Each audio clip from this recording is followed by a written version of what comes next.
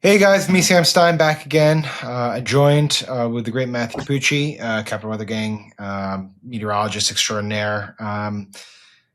We're talking about Doge coming for the National Weather Service and NOAA. And before we get into it, of course, as always, do subscribe to the feed. First of all, Matt, how you doing? Doing pretty well. It's been a busy stretch lately, but a lot of colleagues I know aren't as fortunate. Yeah. So we have you on this morning because news broke last night. The cuts that have been happening across a number of different federal agencies have now come for our weather services. The numbers are fairly shocking and really have alarmed people in your neck of the woods. NOAA, which is the National Oceanic and Atmospheric Administration, there's 500 cuts apparently, and that's going to be coupled with 800 more cuts for about 10% of the workforce. And then the National Weather Service, on top of that, has slashed probationary employees and is looking at additional cuts beyond that. They have about 375 probationary workers.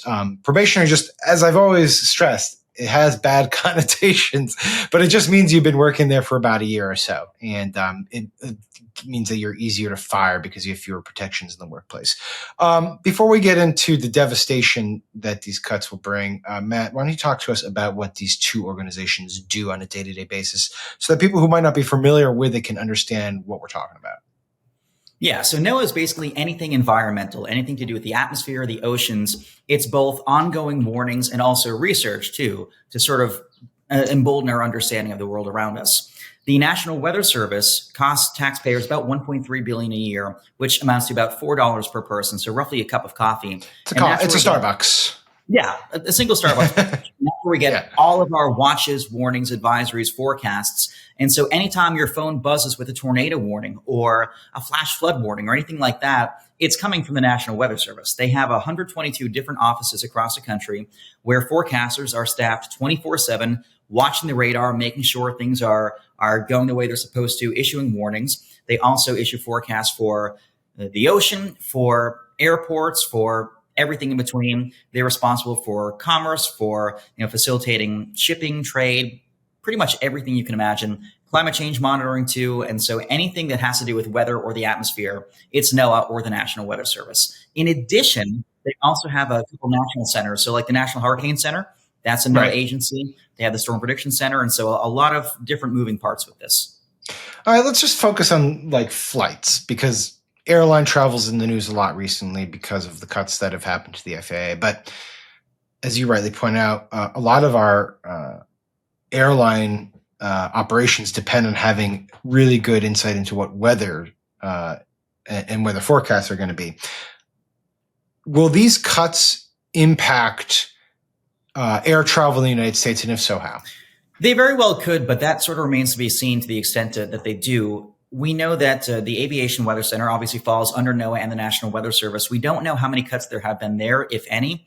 We do know, however, that every specific airport falls into the jurisdiction of a local WFO or a weather forecast office. That's where there have been 300, 400 plus cuts of probationary employees. And so that could degrade the quality of forecasts at these different local airports and even some national, international airports too.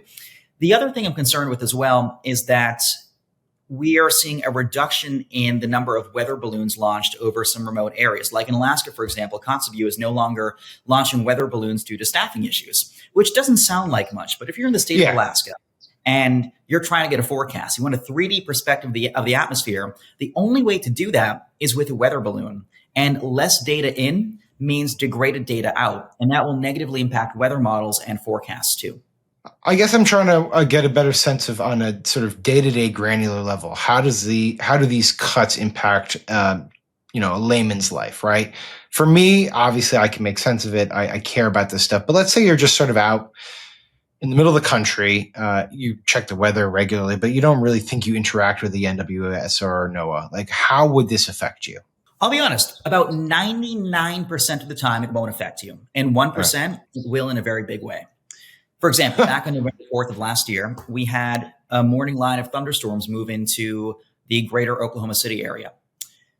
They're forecasting thunderstorms, but the office wasn't staffed for warning operations because there were so many staffing issues. There were, going into this episode, staffing shortages, and several tornado warnings didn't get issued in time because of these staffing shortages. Back in 2023, the House Appropriations Committee noted that more than 50% of Weather Service offices were understaffed, and they used the word concern in their documents to express sort of how worried they were about this. Now we're cutting staff even further.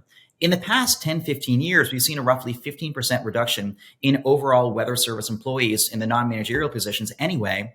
We're cutting even more, and it's definitely concerning. Now, it is true that there could be some consolidation. It is true that we could be leveraging technology more and perhaps automating some processes. But here's the thing. The folks who were doing that research were also cut. We've seen cuts at the machine learning offices. We've seen cuts at the automation offices in the Weather Service. And so it seems like there isn't really a strategy as to who's being cut. It's more just sort of blind slashing without much forethought as to how to do this in a way that would better set the Weather Service up for a more efficient future.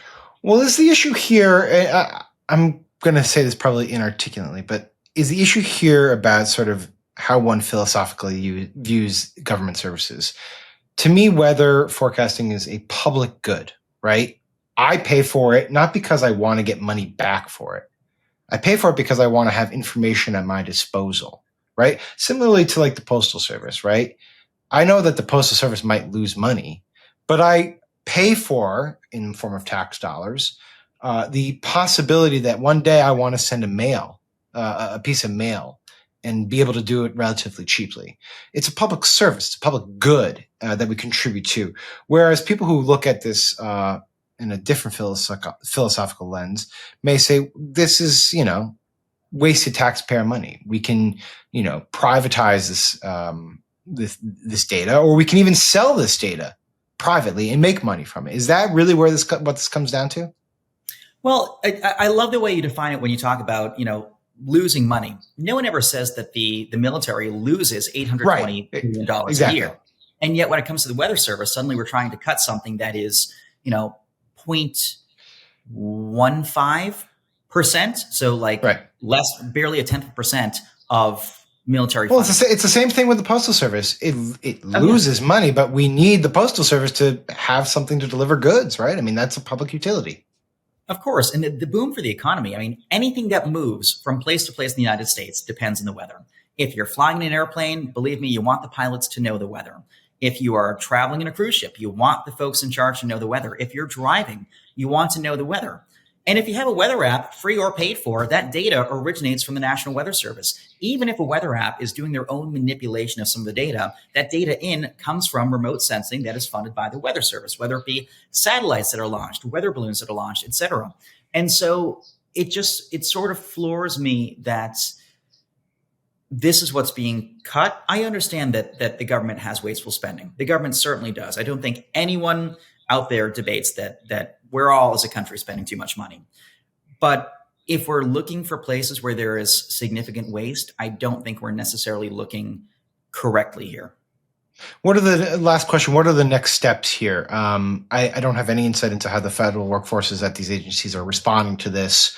But we have seen in other instances where we've seen lawsuits, we've seen efforts to get those jobs back. We've seen cases where even probationary employees have said they have been fired illegally, and there's been judicial rulings to that effect, although they're not going to get their jobs back necessarily.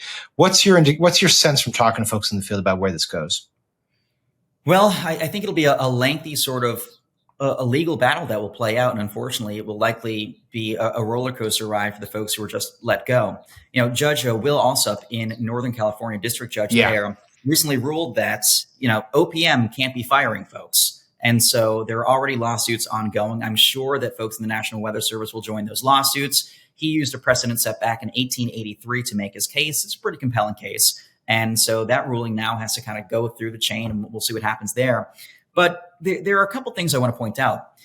Number one, all these probationary employees, these Weather Service forecasters were let go. That leaves holes in the schedule. And that means fewer people on forecast shifts. And as we head into tornado season, which really begins to ramp up beginning Tuesday, Wednesday, when a forecast tornado outbreak is coming, that will be a big problem.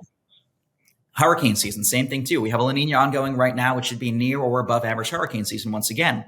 But also, all weather service offices, their credit cards now are limited to $1. And so let's say, for example, a tornado hits Hattiesburg, Mississippi on Tuesday. The National Weather Service would ordinarily drive out from Jackson down to Hattiesburg to do a damage survey, to rate it, to figure out how strong it was, path length and stuff. They can't do that because they can't put gas in their tanks to go there. And so there will be ripple effects that will take a while to fully understand.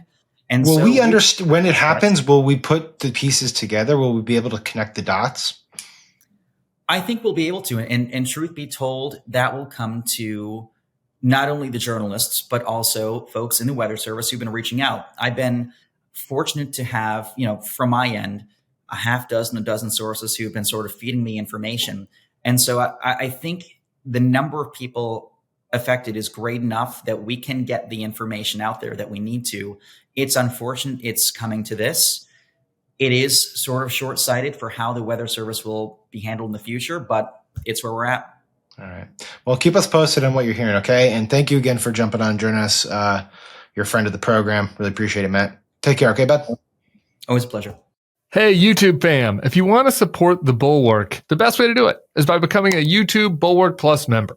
The Bulwark is truly independent. We have no corporate overlords. We're not settling any dumb lawsuits with Trump. By joining, you help support our work, and you can get a bunch of perks right here on this platform. Ad-free content, bonus videos, live streams, and some emojis of me, which I guess some people want. So come join, come hang out, become a Bulwark YouTube Plus member, and I'll be seeing you in the comments. So behave.